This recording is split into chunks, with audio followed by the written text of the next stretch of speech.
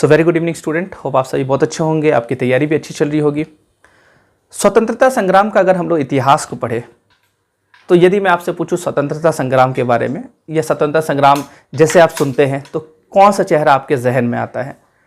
तो आप देखिएगा, हाँ, गांधी जी का चेहरा आ रहा है, भगत सिंह जी का चेहरा आ रहा है, सुभाष चंद्र बोस, जवाहरलाल नेहरू, है ना, और बहुत सारे क्रांतिकारी, बहुत सारे, है ना, कांग्रेस के लीडर जो अलग अलग तरीके से अपना आंदोलन कर रहे थे। तो वो सब तो चेहरा आता है, जो फेमस पर्सनालिटी। लेकिन क्या आपको पता है कि हमारे स्वतंत्रता संग्राम में बहुत सारे ऐसे लोग हैं जो इनविजिबल होकर अपना काम कर रहे हैं, जो इनविजिबल होकर इस देश के लिए अपनी शहादत दे दी। बहुत सारे ऐसे लोग हैं जिनका नाम नहीं हुआ लेकिन उनका बहुत बड़ा योगदान रहा स्वतंत्रता संग्राम में। जब हम देखते कि गांधी जी का आंदोलन बड़ा सफल रहता है तो क्या इसके पीछे बहुत लोगों का हाथ नहीं होगा? क्या बिल्कुल होगा। जब हम देखते कि भगत सिंह इतने बड़े क्रांतिकारी हैं तो क्या भगत सिंह के अभियान में और लोगों का हाथ नहीं होगा? क्या बिल्कुल होगा। तो आज हम लोग उसी इनविजिबल में एक इनविजिबल चेहरा पे बात करने वाले हैं, एक इनविजिबल वुमेन पे बात करने वाले, एक वीर महिला, वीर क्रांतिकारी महिला के ऊपर बात करने वाले, जिन्होंने जो भगत सिंह की पत्नी बनकर भगत सिंह की जान बचाई थी। जी हां, भगत सिंह की पत्नी बनकर भगत सिंह की जान बचाई थी। और उस वीर महिला का नाम है दुर्गावती देवी, जिन्हें लोग दुर्गा भाभी के नाम से जानते थे। जी हां, दुर्गावती देवी नाम ही दुर्गा है और उनका कर्म भी दुर्गा वाला था। वो बिल्कुल निडर थी, किसी से डर नहीं, और वो क्रांतिकारी थी, बहुत पढ़ी लिखी महिला थी। और उनको पता था कि हमारे जैसे इंटेलेक्चुअल लोग जब तक आएंगे नहीं सामने तब तक कुछ होने वाला नहीं है। इसलिए वो लोगों को काफ़ी मोटिवेट करती थी और अंग्रेज़ को चकमा दे देकर उन्होंने क्रांतिकारियों की बहुत मदद की।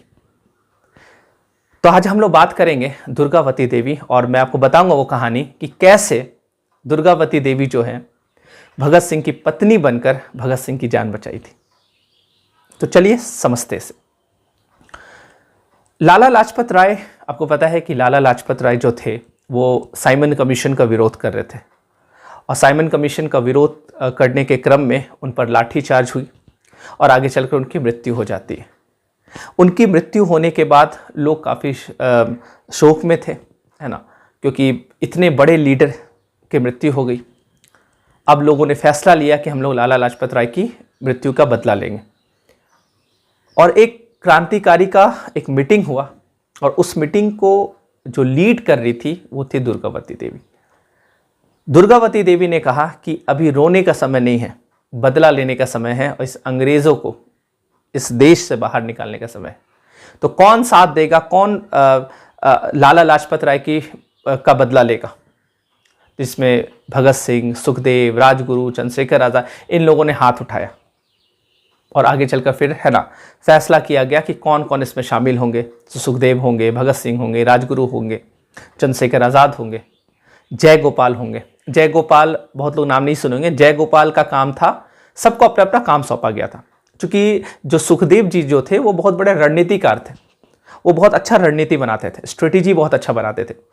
तो सबको अपना अपना काम सौंपा गया, कौन सूट करेगा, है ना, कौन बैकफायर करेगा, कौन पहचान करेगा। तो उस मीटिंग में दुर्गावती ने बोली थी कि स्कॉट की हत्या कौन करेगा, क्योंकि स्कॉट का हत्या करना था। लेकिन जय गोपाल ने उनको पहचानने में थोड़ा सा वो चूक गए, और ये स्कॉट की जगह पर सॉन्डर्स को वो चिन्हित कर देते हैं, और वो बताते इसको मारना है, और सॉन्डर्स की हत्या भगत सिंह, राजगुरु, इन लोग कर देते हैं। अब जब हत्या हो गई, सॉन्डर्स की हत्या हुई, एक अंग्रेज अधिकारी की हत्या, तो आप समझ सकते हैं कि एक अंग्रेज अधिकारी की हत्या हुई तो कितने तेजी से उस लाहौर को पूरे नाकाबंदी कर दिया जाएगा। मतलब चारों तरफ से पुलिस का घेरा हो जाएगा वहां पे। भगत सिंह, राजगुरु, इन लोग को निकलने का कोई जगह नहीं था, चारों तरफ पुलिस ही पुलिस, कैसे बाहर जाए। और पुलिस जहां इन लोग को देखता वहीं पे एनकाउंटर कर देता। तो जान का खतरा, कैसे बाहर निकला जाए लाहौर से। दो जगह पर पुलिस बहुत मात्रा में, एक लाहौर रेलवे स्टेशन और एक बस स्टैंड, क्योंकि पुलिस को पता था कि अगर ये लोग भागेगा तो चाहे बस पकड़ के भागेगा, बाहर निकलेगा लाहौर के, या फिर ट्रेन के माध्यम से लोग बाहर जाएगा। उस समय जो रणनीतिकार थे सुखदेव जी, वो दुर्गावती के घर गए, दुर्गा भाभी के घर गए। अच्छा, दुर्गा भाभी इनको क्यों बोला जाता है, मैं आपको थोड़ा सा क्लियर कर दूं। दुर्गावती जो थी वो एक क्रांतिकारी की वाइफ थी और उनका नाम था भगवती चरण वोहरा। तो भगवती चरण वोहरा जो थे वो HSRA, जो हिंदुस्तान सोशलिस्ट रिपब्लिकन एसोसिएशन के सदस्य थे, उन्हीं की वाइफ थी दुर्गावती देवी। इसलिए लोग इन्हें सम्मान देने के लिए दुर्गा भाभी कर बोलते थे, क्योंकि ये भगवती चरण वोहरा की पत्नी थी, इसलिए इनको भाभी लोग कहते थे। इसलिए ये इसी नाम से प्रसिद्ध हो गए, दुर्गा भाभी के नाम से ही प्रसिद्ध हो गए। तो सुखदेव गए दुर्गा भाभी के यहाँ और सुखदेव ने बताया सारा चीज़ कि ऐसा सा बात है कि हमको कुछ लोगों को लाहौर से बाहर निकालना है, तो कैसे होगा, इसके लिए क्या आपकी ज़रूरत है, आपको हेल्प करना पड़ेगा। तो दुर्गावती रेडी होगी, बिल्कुल, वो हमेशा तैयार रहती थी, बहुत वीर महिला थी। उन्होंने बोला ठीक है। फिर अगले दिन सुखदेव जी राजगुरु और भगत सिंह को लेकर के उनके घर गए। भगत सिंह का लुक चेंज हो गया था, वो दाढ़ी वाड़ी ये सब चीज़ पूरा काट लिए थे ताकि अंग्रेज उनको पहचान नहीं पाए। तो जब दुर्गा भाभी से पूछा गया, सुखदेव जी पूछे कि आप इन लोगों को पहचानते क्या, तो उन्होंने बोला राजगुरु को तो देखी नहीं थी, नहीं पहचान रही थी। बोली कि इनको भी नहीं पहचान रहे। तो सुखदेव जी जो थे वो थोड़ा सा मुस्कुरा कर, है ना, बोले कि अरे वही है, वही जट्टू है जो संतरा बहुत ज़्यादा खाता है। और तब तक भगत सिंह बहुत, है ना, खिलखिला के हंस दिए, ठहाके के साथ हंसे। और जैसे वो हंसे तो बोला अच्छा ये भगत सिंह है, मैं तो पहचान ही नहीं पाई। तो भगत सिंह ने कहा कि भाभी, जब आप नहीं मुझे पहचान पाए तो अंग्रेज मुझे कहाँ से पहचान पाएगा। तब योजना बना कि दुर्गा भाभी जो है ये भगत सिंह की वाइफ बनेगी, मतलब नकली वाइफ बनेगी, और ये लोग अपना पहचान को छिपाकर, मतलब भेष बदल कर, ये अंग्रेज को चकमा देकर वहां से बाहर निकलेंगे। सोच सकते कितना बड़ा रिस्क होगा, जहां पे हथियार लेकर अंग्रेज खड़ा है, चारों तरफ ढूंढ रहा है, गली गली में ढूंढ रहा है। उस समय एक महिला, जबकि उस महिला का एक छोटा सा बेटा था, उस बेटा के साथ वो रेडी हुई कि हम चलेंगे। तो उन लोगों ने बोला कि नहीं, बेटा को छोड़ दीजिए, ये तो अभी 2-3 साल का है ही, इसको छोड़ दीजिए। तो बोली नहीं, अगर मेरे पुत्र को कुछ हो जाता है तो मैं एक ये गौरवान्वित करने वाली बात होगी कि इसने देश के लिए शहादत दे दिया। सोच सकते कितनी वीर महिला होगी, वो अंदर से कितना ज़्यादा स्ट्रांग होगी। कोई अपने इतने छोटे से बालक को नहीं छोड़ेगा, और वो भी, है ना, वो नहीं भी पार्टिसिपेट करती, इसमें कोई दिक्कत नहीं था, दूसरों के लिए। और दूसरों के लिए कहने का मतलब वो देश के लिए, है ना। उनको पता था कि देश को कैसे भी स्वतंत्र करवाना है, और अंग्रेज को शक ना हो इसलिए बच्चे को भी साथ ले ली। तो अब यहाँ पे क्या हुआ, इन लोग लाहौर से कलकत्ता का योजना बनाया कि लाहौर से हम लोग को कलकत्ता जाना है ताकि हम लोग सेफ हो पाए वहाँ पे। अब भगत सिंह को कैसे भी बाहर निकालना, भगत सिंह राजगुरु को। तो भगत सिंह का नाम यहाँ पे भेष बदला गया। भगत सिंह ने एक लंबा कोट पहना, एकदम जो अंग्रेज का जो रॉयल लुक आता था, जो वेस्टर्न कल्चर का जो रॉयल ड्रेस होता था, उस तरह का वो ड्रेस पहने। कॉलर, जो कोट का जो कॉलर था उन्होंने उठा दिया ताकि चेहरा ठीक से दिख नहीं पाए, पहचान नहीं पाए।